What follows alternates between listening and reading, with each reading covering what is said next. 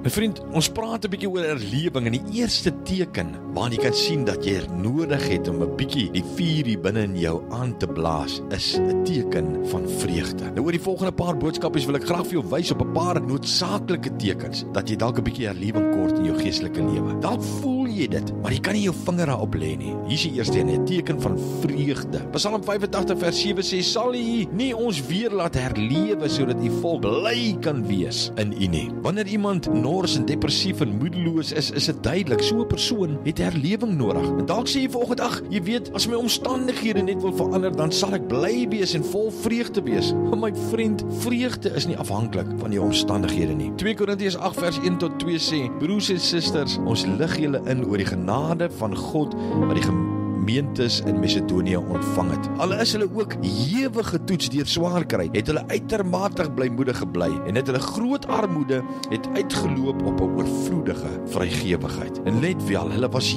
ewig getoets. Hulle het groot armoede het hulle ervaar. My vriend, God se genade is te midde ons omstandighede aan die werk. As jy vreugdeloos is vanmôre, vra God om jou hart aan te raak en te vul met sy blydskap. Here, baie dankie vanmôre vir dit wat ons het. Dankie Here dat in te midde van ons omstandighede dat ons van U kan kom vra, Here, om hierdie vreugde, daai joy van die Here net weer in ons harte terug te sit. Ons bid dit vanmôre in Jesus se naam. Amen.